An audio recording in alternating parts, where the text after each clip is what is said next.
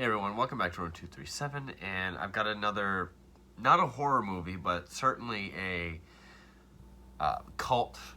controversial film that I really enjoy, and one that I've wanted to talk about for some time, but didn't really know quite where it would fit or when I should talk about it. But recently I reviewed the 2001 film Bully by Larry Clark, which I very much enjoyed. And another movie I wanted to talk about is the first movie directed by Larry Clark, which is Kids, which is not the review of this video. But Kids was written by a young 19-year-old named Harmony Korine. So I figured this would be the perfect time to talk about this film. And that is Harmony Korine's directorial debut, which came in 1997, and that is the film Gummo. Now, Gummo, of course, gets its name from being the fifth Marx brother. Nothing more, nothing less, nothing deep, symbolic, or metaphorical about it. Just Korine is a very huge fan of vaudeville, and in fact, one of the lead characters, Tummler, Tummler, his name comes from a vaudevillian term for sort of a understudy or a follow-up act to the headliner. But Gummo is a film that Korine also wrote, his first time directing, and it's a film that people either love or hate. It's one that people either... There's not really a whole lot to get other than its style. There's a lot of people think there's a lot of hidden meanings in a lot of the scenes, when in reality, because there's a very loose narrative. It's chopped up into a bunch of short, seemingly unrelated vignettes that... and also filmed in different filming styles and different types of film, like whether it be Super 8 or Polaroid or handheld, more conventional. And that's because Korine was going for... he wanted the movie to be told similar to like a photo album. You go to someone's house, they show you their photo album. It's a bunch of seemingly unrelated photos, but there is some sort of narrative there. And I think there it works. Because it all takes place in this town, Xenia, Ohio, which Korine had never visited. It's shot in Nashville, or portions of Nashville, where Korine grew up. But Xenia, Ohio, which actually I think is pronounced Xenia in the film. Oh, okay, it's both. I thought in real life it was Xenio. But in any case, Xenia, Ohio it's known as the tornado capital of the country, and it was actually devastated by a F5 scale tornado back in '74. And it's sort of about how these people within this town and the town itself never fully recovered mentally, emotionally, and probably most visibly economically. As this film, although there are several recurring characters, there's a lot of sort of interviews with just random people that we never see again, just random inhabitants of Xenia. And it does depict the impoverished, the disillusioned, and of course the disturbed, perverted. Just a lot of people see it as a look at inbred, disturbed, shocking side of America. And in a way, yeah, that's what the film is. There is a lot of harder to watch stuff than the rest of the film. And it is just sort of how this town is stuck in a world of its own and never recovered from this tornado. And it is told through a loose narrative vignette kind of like it opens up with these sort of home movie shots of tornadoes and this kid given muscles with our lead character, the 12 or 13-year-old Solomon, played by Jacob Reynolds, giving a whispered narration. A lot of people think it's the film trying to be deep and philosophical. I don't think it is. Talking about how a few years ago a tornado hit this place. It killed the people. Which, there's a band I've always loved called Suffocate.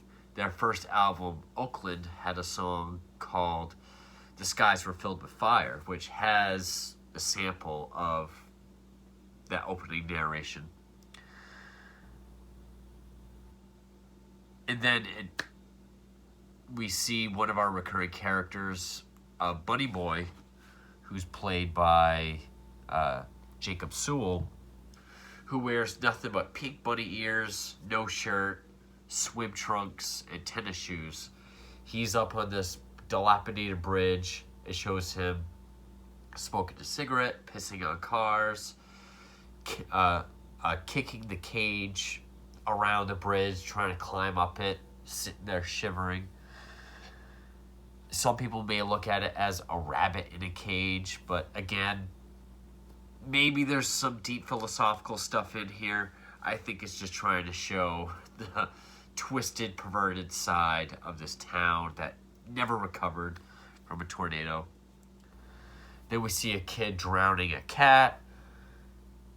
Cats seem to be a theme throughout this film. And then we see our two leads, Solomon and his friend Tumbler, which actually Tumbler is with this blonde girl in a car in the junkyard. They're feeling each other up, in which he just tells her, "You have a lump on your titty." She gets really scared. And then we see photos of Tumbler with Solomon saying he has what it takes to be a legend. People think he's downright evil. I think he has a marvelous persona. And then we see Solomon and Tumbler just riding their bikes down the street of this town looking for stray cats. They kill cats. Then they bring it to this guy at a grocery store who sells the cats to a Chinese restaurant. And then they get high off glue. And it's interspersed with all these random sort of 8mm, Super 8 looking film of other inhabitants of the town. Like, one is of this, some of them are people who share how racist they are with other ways. And they start off talking about other ways they've killed cats, but then going into just how racist they are. Another one of this girl, who I do think this is one of the more interesting artistic approaches to the film. She talked about how when she was four years old, her dad or stepdad came in. She starts to go through the steps of how the first time he molested her. But the more she goes on through the story, the more this static noise comes in and gets louder and louder, so you can't hear her. I liked that. I thought that was one of the more interesting artistic choices. But apart from that, we also cut to Chloe Cevidi, who's one of three sisters. Is it Helen, Dot, and Darby? Or Ellen, Dot, and Darby. Either way, Chloe Cevidi, who's in Kids, she was actually dating Kareem throughout the first several of his films. And they kind of look like, what was the name? Bardot, super bleach blonde hair.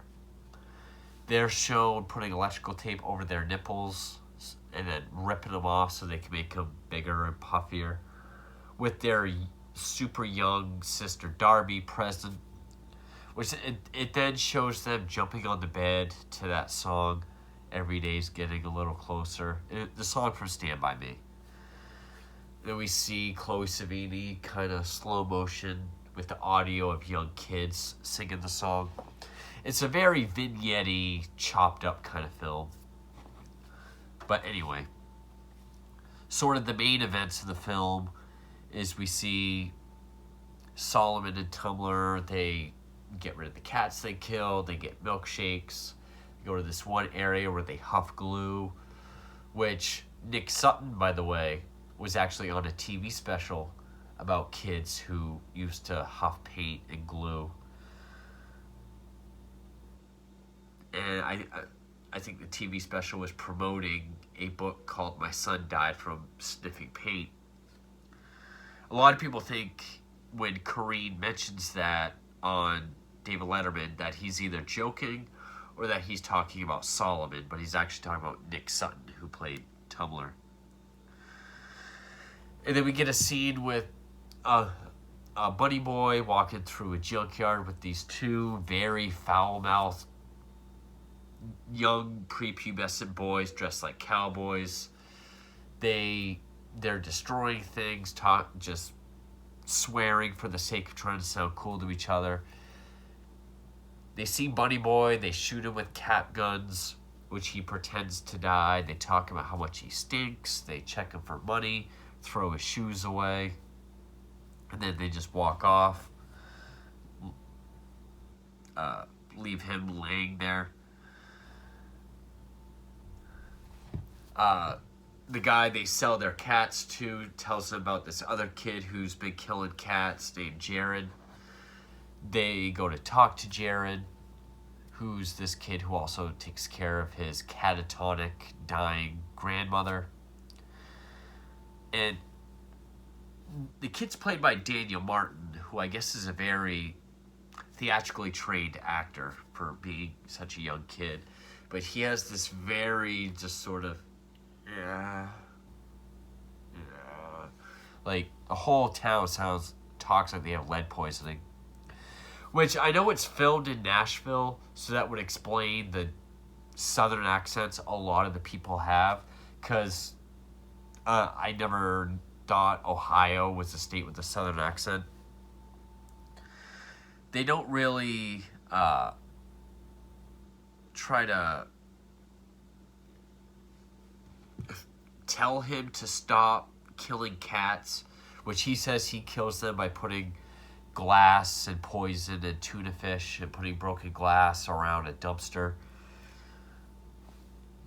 But it's competition, so they're kind of talking to him about it. They don't really tell him to stop. But we do get a scene where we see Jared setting up the glass, tuna fish, and everything in the poison. Which the camera is here. We see Jared walking up to the dumpster, kind of wearing girls' clothes. He's down on his knees, setting everything up, and the camera's kind of panning around. Just as the camera's straight on, but he's back to, it shows him breaking the glass, putting the glass where he needs it. Then the camera's way over on this side, and he walks away towards the camera. I liked that. I liked how the camera panned around. Also talks about how he takes care of his grandmother, though he hates it.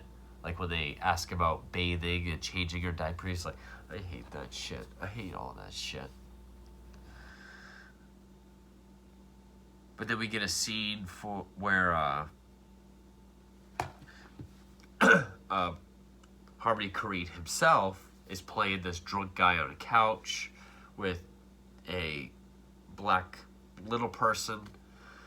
And Korine is very obviously drunk on the couch. I guess this was the very last thing they shot, because Korine either wanted to or had to be very drunk to give this dialogue about how he was abused and rejected by everyone in his family, especially his mother, the abusive menopause she went through, tries to get the little person to hug him and kiss him, but he won't. Pours beer all over himself because no one loves him. Rumors that after that was shot, his sister went, Harvey Korine's sister went to go hug him to congratulate him for finishing the film, and he threw her out a window and some other guy stabbed him.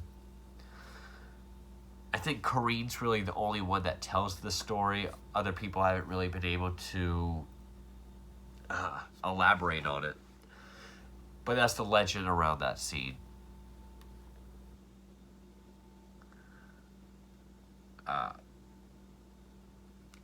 Other points of the film, Tumblr and Solomon go to this guy's house who prostitutes out his Down syndrome sister.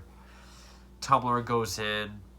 We don't see what he goes through, but when Solomon goes in, we see the two being very friendly with each other, while Tumblr goes on some sort of stand-up of non-sequitur angry comedy to her brother. But yeah, the guy prostitutes out his Down syndrome sister. Eventually, the three sisters, with Chloe Cevidi as one of them, they lose their cat named Foot. They're giving out flyers. This one guy picks him up, saying he works for a gossip column. He attempts to feel up one of the sisters, which all three kind of hit and beat him till they get out of the car. We get other strange scenes that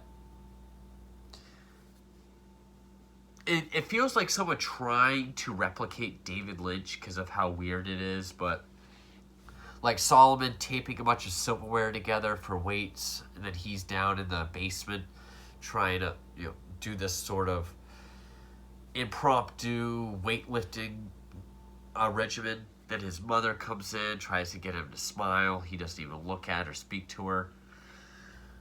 She tries to get him to smile, even with a pistol, like, I'll kill you, damn it, if you don't smile. Finds his dad's old tap shoes. His dad had diabetes and died some time ago. So then she just she tries to get him to stop lifting weights and smile, but then she just goes on this tap dance routine. And then the camera's up close while she does her thing. And then Tumblr and his dad go to this house party where all these other... I don't like to use the word inbred, but that's what the movie plays off like. They have arm wrestling competitions. This one guy gets mad that the black little person from earlier was there and beats him, so he smashes the table. This other guy wrestles a chair. Like, he acts like he's actually wrestling and getting beat, and he has like the legs and he gets like wrestling moves, beats up the chair. It feels like someone trying to recreate like a David Lynch weird like something that just doesn't make sense. But once you consider just the kind of people that this movie is showing, it's just, I guess that's just life for them. There's also the scene where the three sisters are roller skating on grass. We have another scene of like the random town inhabitants of this albino woman who I think works at a grocery store.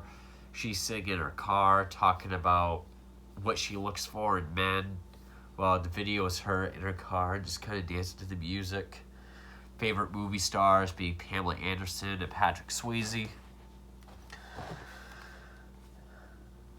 Eventually, Solomon and Tumblr break into Jared's house, wearing these old lady masks, seemingly to scare him and threaten him to stop killing cats. They go into his room where they find hidden Polaroids of him dressed in girls' clothes and makeup. They find a stack of pornographic magazines, one of which is gay pornographic magazine, which Solomon seems kind of shocked by. What I noticed was the Iron Maiden No Prayer for the Dying poster. Good job, Jared. And I guess this was all very limited settings, like the scene in the basement with the tap dancing, Jared's bedroom and Jared's grandmother's bedroom, the bathroom for the bathtub scene at the end, and where they're all another glue huffing scene at the end is all in this one house, even though it's supposed to be different locations. But they find Jared's grandmother's bedroom where she's on a breathing machine. Tumblr has Solomon shoot her in the foot, see if it wakes her up with his BB gun. She doesn't. Tumblr turns off her breathing machine and she dies. You get other scenes of them like whipping a dead cat, continuously shooting other dead cats. We get really raw Super 8 footage of Tumblr going on like school shooter mode. You know, with it zooming in, being all crazy, like fucking hate people, fucking hate people. And him doing like, I'll fuck kill anybody. It has a lot of stuff like that interspersed throughout the main narrative, I guess. Another scene with these two skinhead brothers who voiceover tells us that they grew up Jehovah's Witnesses, had very, very nice, new, clean clothes. Supposedly they killed their parents. He doesn't know what went wrong. It shows them lifted weights. And then they're talking about, one brother asks about if he can have these shoes, and they're total meatheads. Like, they're just like play wrestling and hitting each other. Like, I said don't hit me in the face, and they just keep going on and on with this sort of play wrestling. Total meatheads. And yeah, other scenes where the Chloe Cevidi character is watching this tennis player, you know, sort of play tennis by himself, who's got this crazy mullet. He talks about ADD and how Ritalin keeps him focused. This other girl who I'm guessing has some sort of mental disability, she shaves her eyebrows and talks about how much she loves her doll that's her baby. Other scenes of satanic rituals. The first time we see Solomon and Tumblr huffing glue, Tumblr talks about his older brother who left him for the big city. And how he's a homosexual. He started, you know, he wears women's clothing, even has boobs now. But he always used to wear these big black sunglasses like Roy Orbison, and used to sing Roy Orbison's Crying all the time. I love Roy Orbison. He's one of my favorite singers. Which at the end, that song does play again. Or it does play. And then one of the last scenes is Tumblr and Solomon. They're at this other girl's house. They're all huffing glue, and there's this young kid, like 5 or 6, who like moves a picture frame, and all these roaches come out. And apparently the kid really did live there. And the kid knew about the cockroaches and everything. I guess just where the part of town of Nashville where this movie was filmed was incredibly disgusting. And that little kid did live there. And the idea that he's there with these cockroaches, and his mother or sister has Solomon and Tumblr over to huff glue. She's huffing with him. The kid actually showed Harmony Korine the cockroach trick, and he was like, "Oh my God, can you do that again? That's great." There's a scene with the blonde girl from the beginning talking about how she has to get one of her boobs removed because of cancer, and how boys will never talk to her again. And there's really no build-up. It is just kind of back and forth between Solomon and Tumblr, either together or Solomon with his mother, Tumblr with his dad. or like the three sisters either together or looking for their cat. Those are really the only recurring characters. And then either footage that looks like the main footage, which shows like the cowboys fake shooting Bunny Boy, and Bunny Boy keeps showing up, like him riding a skateboard down the center of the street, or him in a public bathroom with an accordion, which he goes slow, then he goes really fast. But like the skinheads or the other people who were talking about racist stuff and how different ways to kill cats, and that's all done with this very raw home movie style look.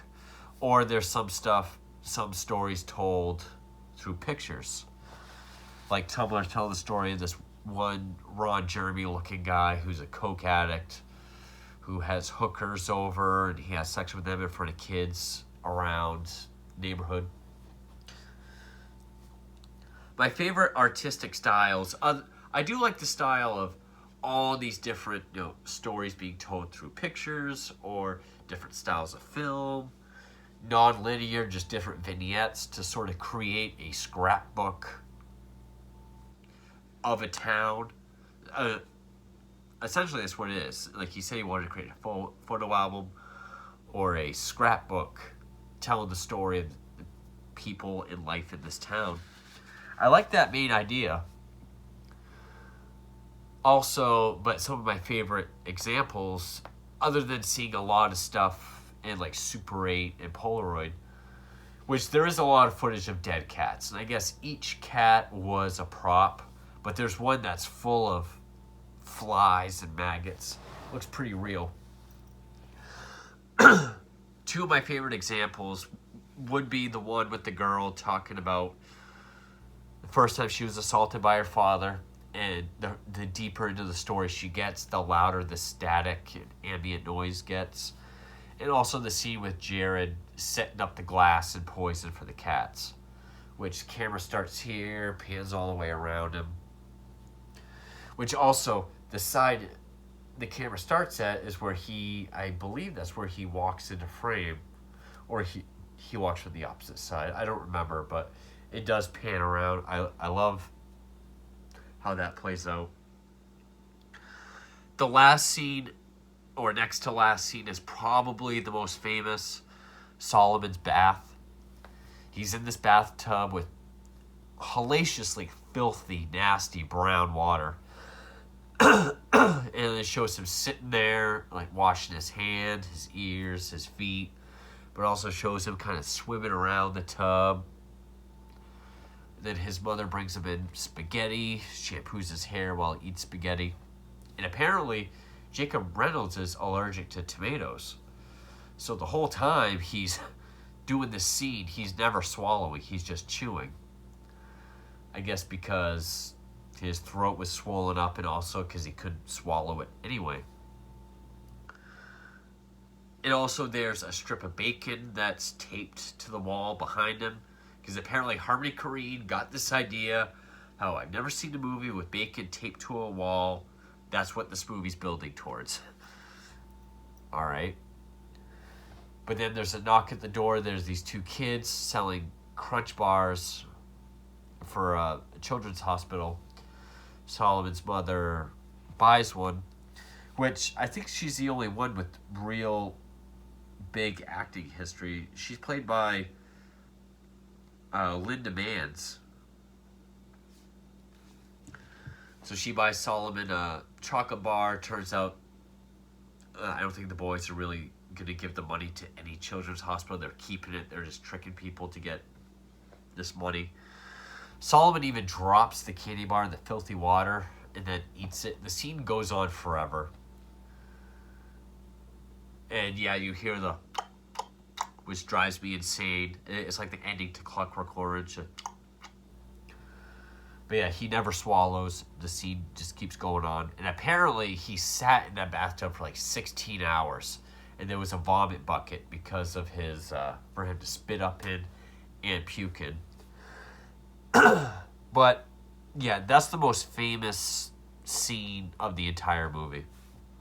Solomon's bathtub. It is uncomfortable. Not because of anything that happens in it, just it does look like a grimy, disgusting, nasty bathtub. And I guess there was, because there's kids involved, there was a lot of hazmat precautions taken. And yeah, it is a very memorable scene. I'm sure if you look up Gummo bathtub, you'll see it. Even just the stills and a kid sitting there with just the spaghetti in front of him. It's nasty. But then that goes into a scene of Bunny Boy kissing Chloe Cevidi and her sister character in a backyard pool while it's pouring rain. Which apparently this movie was shot over 2 months. And the last day of shooting, most of the movie was shot because they were waiting for rain, especially for that shot of them in the pool. While the song Crying by Roy Orbison, which I've always loved that song, is playing. Then it shows Tumblr and Solomon shooting this cat nonstop with BB guns. Has a collar. We know it's Foot. Or we find out during the last shot, they just keep shooting it in the rain. Then we got all this home video footage of tornadoes, big tornadoes destroying everything. Sort of to bookend this movie, because it opens up with shots of tornadoes, ends with it. And then we get the scene of Bunny Boy starting way off in the background, runs all the way up to the camera with the cat, holds it up. Then we see it's Foot, the girl's cat that they've been looking for. And then the last scene is the girl who shaved her eyebrows as she sings Jesus Loves Me. And then her mother comes in and says, time to go to bed and be quiet. And that's the end of the movie. I would say I don't enjoy it as much as kids. A very different narrative. I mean, this has a chronological story to tell in its own way. But I do appreciate what Harmony Korine was going for.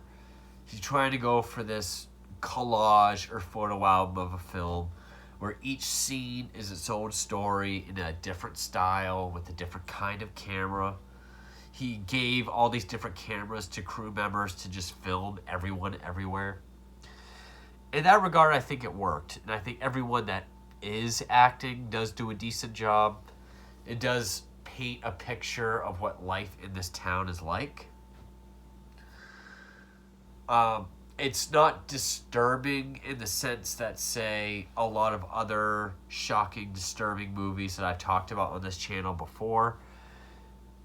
It's controversial in its own way just because, there are scenes of just some of the perverted people in this movie. Like the guy that pimps out his child sister, prostitutes his child disabled sister. Kids huffing glue. Just the sort of... It's not a debaucherous controversy like in kids. It is just more of, the depravity of this town, the depraved mindset of people that are sort of stuck in this depression of both economic and psychological ruin, basically. But I do like Gummo. You can find it to watch for free on Vimeo. That's how I've seen it. I've watched it 2 or 3 times now. I've wanted to talk about it for a while. I will be reviewing Kids at some point, but yeah, I'm not the biggest fan of Harmony Korine. Like, I did not see Spring Breakers. I don't care to. I've heard Julian Donkey Boy is one of his better films. Trash Humpers, I don't know, maybe I'll see that at some point. But as far as his directorial films, this is really the one that kind of stuck out to me and the one that I want to see the most. There are more films by Larry Clark that I'd rather see, like Kids, Bully, Ken Park. I will say this this movie is more like a Ken Park, where it's just more of a vignette, non sequitur kind of feel. And yeah, a lot of people do think it's pretentious and artistic. I don't really get that. I know that there's not a lot of symbolism or allegory or metaphor to be found. I know it's just, hey, it's a collage of people in this depraved town. Even though it wasn't filmed in the town it takes place in. You know, it's not like it's trying to be this very deep allegorical thing, which some people think it is. It is an art house film because of the style it is. It's more so about style than substance, I guess. But I do like Gummo. It's not for everyone, but I do enjoy it. It goes at a good pace. There's no real vignettes that seem to go on too long, except maybe for the Skinhead brothers doing their play wrestle. Just because, yes, I get it. They're meatheads that are obsessed with weights and fighting. Okay. But Gummo, it's a movie that I could say I enjoy. I do appreciate the style. I do appreciate what he's going for. I think he accomplishes it in that alone. There are even some aspects that, again, like my two favorites, where the ambient noise gets louder over the girl's story, and that panning shot of Jared with the poison in glass. But yeah, that's Gummo, and at some point I'll get to Kids and maybe Ken Park if I ever find a way to get it uncut. I think you can only get it from Germany. But Gummo, yeah, not for everyone, but I like it. Thank you for watching.